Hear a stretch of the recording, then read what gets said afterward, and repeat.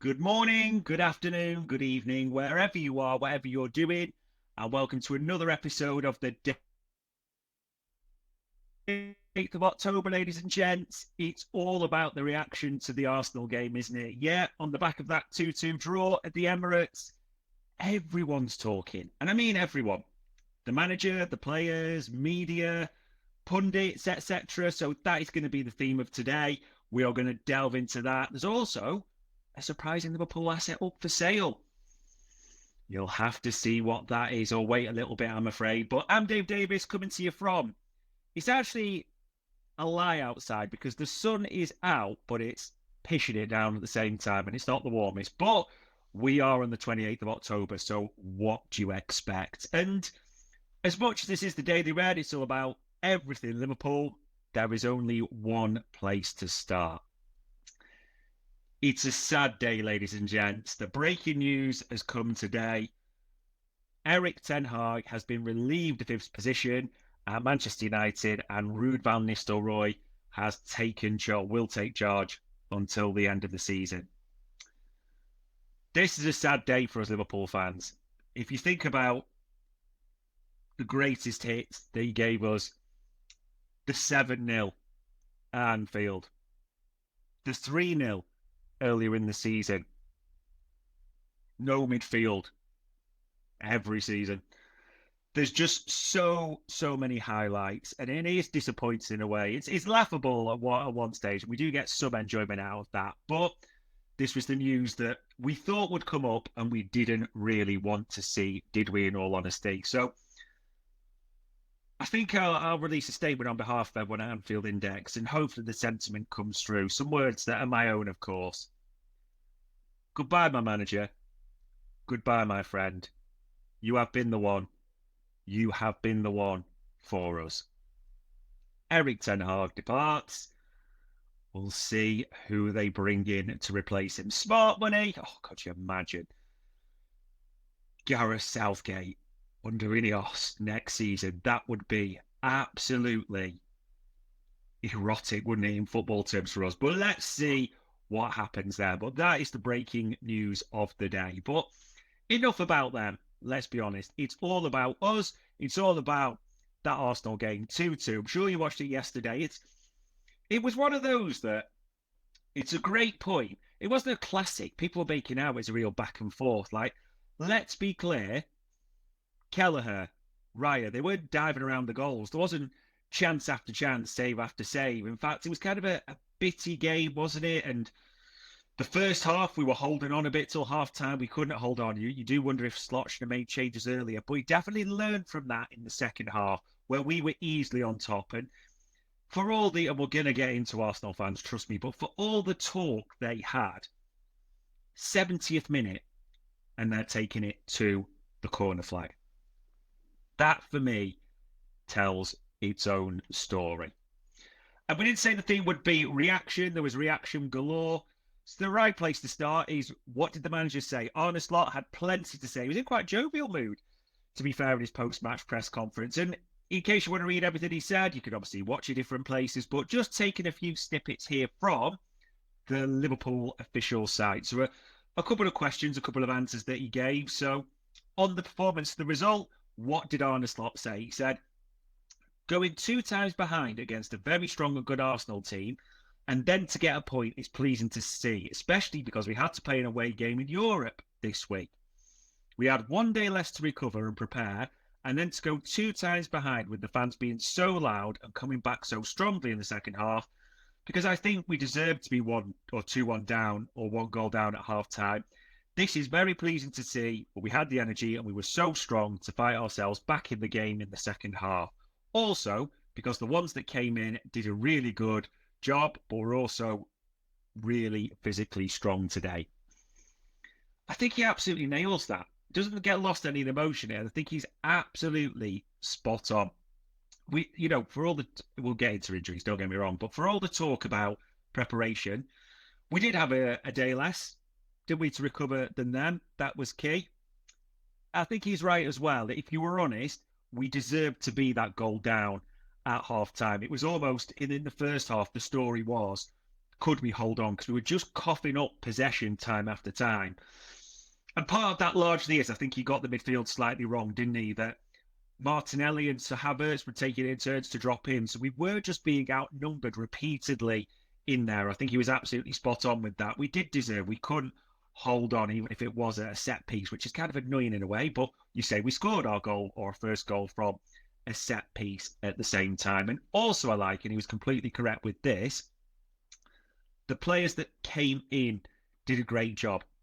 It's important that gets recognised. It's important it gets recognised in terms of Szoboszlai. I mean, that was a great reminder of just how important he is for us. And it wasn't that, just to be clear, Curtis Jones did anything wrong at all, but it almost looked better that, I just wonder on that huge pitch, whether it maybe always suits the game of McAllister. If you think Gravenberch, Szoboszlai, Jones, that's our strongest running three, if that makes sense. I'd still maintain that personally McAllister is our best midfielder.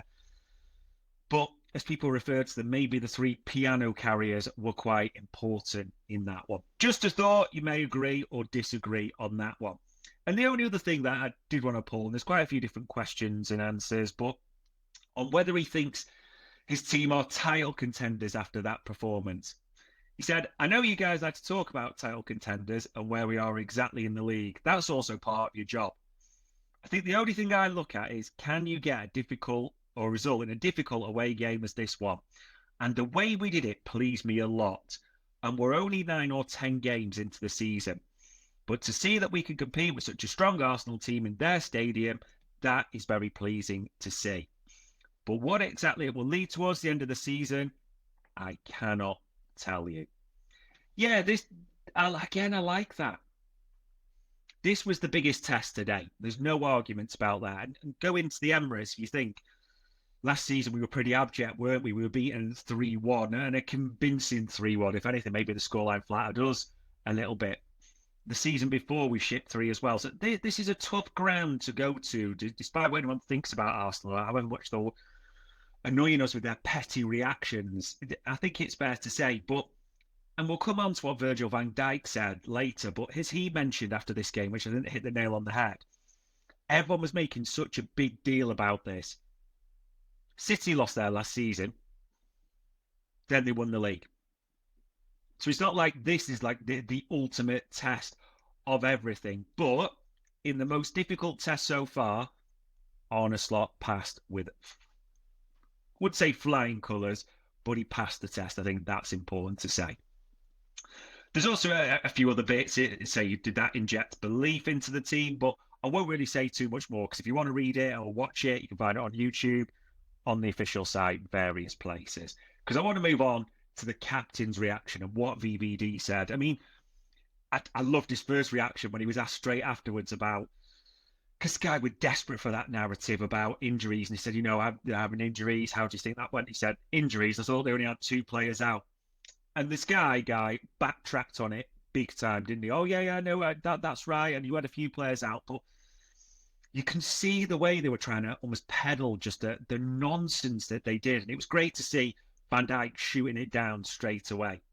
He answered a lot of questions, I should say, about the goal. As I mentioned, he said that let's not get carried away. It's one game. City lost here and won the league, so that's important. But a couple of bits I want to just pull from the official website. Again, places you can find this one. It's a very tough place to come. Obviously, teams have noticed that over the years. They create a solid team and make it difficult for everyone. Obviously, it was difficult for them as well. I think to come back twice is a good thing. We take the point and we move forward. That's the feeling now. You play here in London. They have the fans behind them. They created some momentum, of course, scoring the 2-1. You have to be ready to fight. And that was the message anyway before the game, because we will have difficult moments. Tough moments. Like I said, at one point, or with 1 point, we take it and move on to the Carabao Cup. Like that as well. We mentioned it. It is a difficult place to come.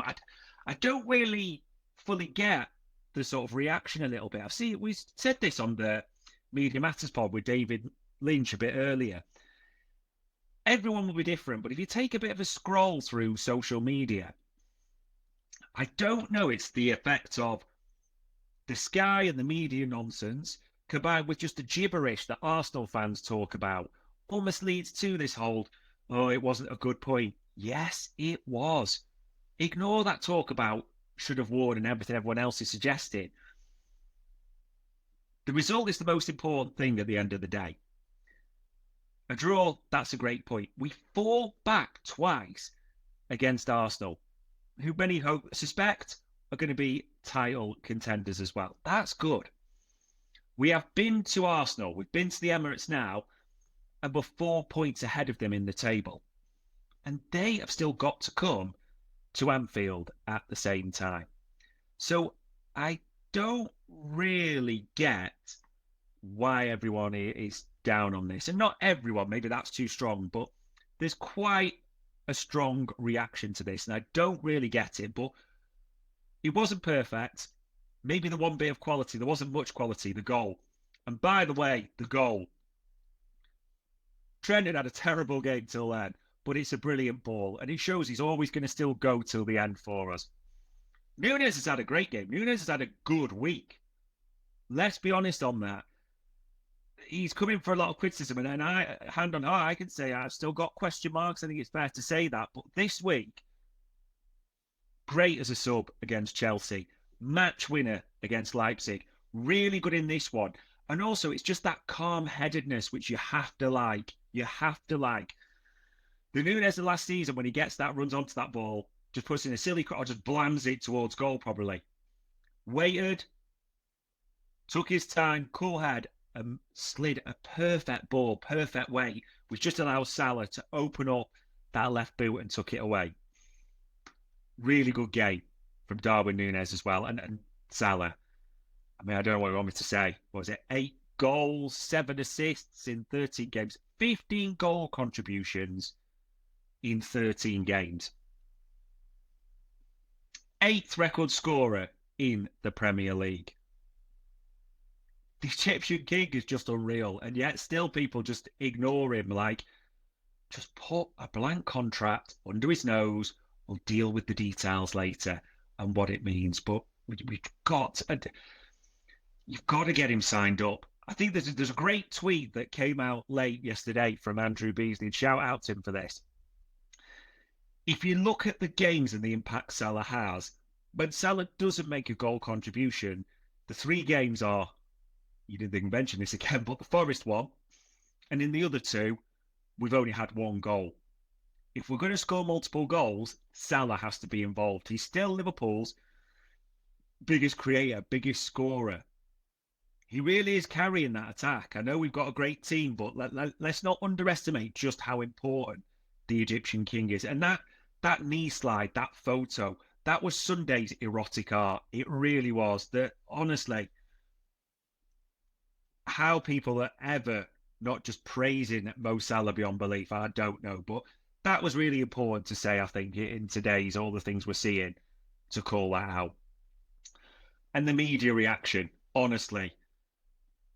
Gary Neville had set this up. Now, for some reason, Gary Neville was obsessed with trying to play down Virgil van Dijk at every single chance he had, which I find a bit bizarre because I don't know if anyone saw when Virgil van Dijk did the overlap. He was all over him, Neville. All over him. Yeah, yesterday, even the first goal, which, let's be honest, is Robertson's mistake. He did have a good game, Andy Robertson. Neville was critical somehow of Van Dijk, and I just don't get it at all. Also, let me just read this headline from the Telegraph, because I don't really want to give Gary Neville too much oxygen, but Arteta's injury-ravaged rearguard was all too easily exposed by Liverpool. Injury-ravaged rearguard. So let's just play this out. From the normal starters, no Odegaard, no Saliba. 2 good players. I'm not debating that. Starters, no debate about that. However, Liverpool will match that at the table with Alisson out and Jota out. So there's 2 starters apiece out. I know people are going to be shouting, what about Calafiori? Let's just call this. Timber's played more than Calafiori if you look at the stats this season. And with Salah cutting in, it may be that he was better suited at the same time. So there's that. Are we just also going to ignore no Bradley, no Elliott, no Chiesa? We just seem to be bypassing that at the same time. I find it utterly bizarre. Yes, I know Gabriel goes off in the game. I think that has an impact. I think a full would ignore that. But that just caused almost a collapse, a weakness. At 70 minutes, they are taking the ball to the corner flag. Let me just say that again. 70 minutes, they are taking that ball to the corner flag. Absolutely. Weakness. That for me is what it is. It's a weak mentality. Because in the last few minutes, brilliant. But they just stopped playing, and we were dominant in that entire period. To me, all it hints at is a weak mentality. Yet, all this narrative, like that headline, the way Gary Neville's took injury ravaged. No, they're not. We've been injury ravaged. We know what injury ravaged means. It's just absolute nonsense that he's coming through all the time. And, I mean, the Arsenal reaction, you'd seen Arteta talking about the week, very, very uncertain, everything we could, as though like it was an episode of Platoon and there was just carcasses everywhere. Oh, lo and behold, Saka and Timber are fit. What a surprise. Liverpool have actually got more injuries, you could argue, but we were never going to say like, oh, we're missing Connor Bradley, oh, we're missing Kiet. Not to be disrespectful to them, we just wouldn't, because there's a weakness to that mentality. There really, really is, people. Honestly. I mean, this is an Arsenal tweet, because I don't know why Twitter, X, whatever, just does this. I don't know if it does it on your timeline. But it brings up, because obviously, you've seen some stuff or you've liked some stuff retweet, whatever you want to put it as. This was an Arsenal tweet. That was Liverpool's best 11 on top form, yet they couldn't beat an Arsenal side with Partey, White, Kiwior and Lewis Skelly in defence. I'd be concerned if I was them. I mean, where would you start with what's wrong on that? It was not Liverpool's first 11. Thomas Partey, a massive money signing. Ben White, fake tan and all, a massive money signing. Kiwior comes on late. Doesn't just come on early, let's be clear. After Gabriel's gone down about 8,000 times. And that free kick in the corner from Nunes. I mean, yeah, not going to waste any oxygen either on the PGMOL, but that's a different thing. And Lewis Skelly comes on late. By the way, at which point we've also made changes. Simicast, the backup fullback. Yeah? Honestly, I actually think they're the most deluded fan base. I think they're just the 5 years of nothingness under Arteta, money spent, has kind of warped their minds a little bit as to what is going on and where we are. Honestly, I believe that. I might be well wrong on that, but if there was a lack of grace, a lack of humbleness for any fan base, I genuinely think like most people are also looking at Arsenal, and they're saying it, aren't they? You've got to go and win a title. You cannot be going to a corner flag at the 70th minute. Liverpool at least were trying to win the game late. Arsenal were just trying to hold on to a lead. I just thought they were weak. That's just my honest reaction on that. But the only thing I would say is this morning when I woke up, I was quite thirsty. But I'm not anymore because I feel refreshed, rehydrated by Gunners' tears everywhere. They have been absolutely sweet as honey. They really have. So let them just carry on with this reaction. The messages, I mean, even that disallowed goal, dear God, there's about 3 fouls in the build-up. And even at the end where Havertz just shoves Trent, you see him, to make sure he goes out the way. And yet they're talking about an injustice, a conspiracy. I don't mind this. Let them trip themselves up. What they're starting to sort of conspire with, argue, that is none of our concern at the moment. Let them show this weakness. Remember, we are 4 points ahead of them, and we've been to their ground. They have got to come to us. That's crucial. But there's various pods on yesterday's game. So, Raw, ladies and gents, that was Treb, joined by Jim and joined by Carl. So, well worth a listen, an interesting reaction there. Ben Boxack, did a hipster-style hot take, didn't he, for us just after the game? It's only a short one if you're looking for something to fill the time during a dog walk or anything like that. Well worth a listen. And obviously this morning, myself and David Lynch, we did Media Matters YouTube Live. That was about 11 a.m. So you can get that as the normal downloads, but also if you want to see that, and yeah, well worth a watch, I think, on YouTube Live. Just for David Lynch's reaction when we heard that Erik ten Hag had been sacked, and that face alone. But I'll leave it with you. There are pods galore, there are articles galore, there is reaction galore. The only thing that doesn't relate to the game yesterday, yeah, a bit of breaking news that we saw this morning. A major Liverpool asset is up for sale. It's Jurgen Klopp's former house, the club's house, because they owned it. Now, when Jurgen departed, it was suspected that Arne Slot and his family would move in there. However, they've looked at that house, and for whatever reason, they've decided it's not for them. So Liverpool's asset, as in Jurgen Klopp, the manager's house, is up for sale at a pricely £4 million.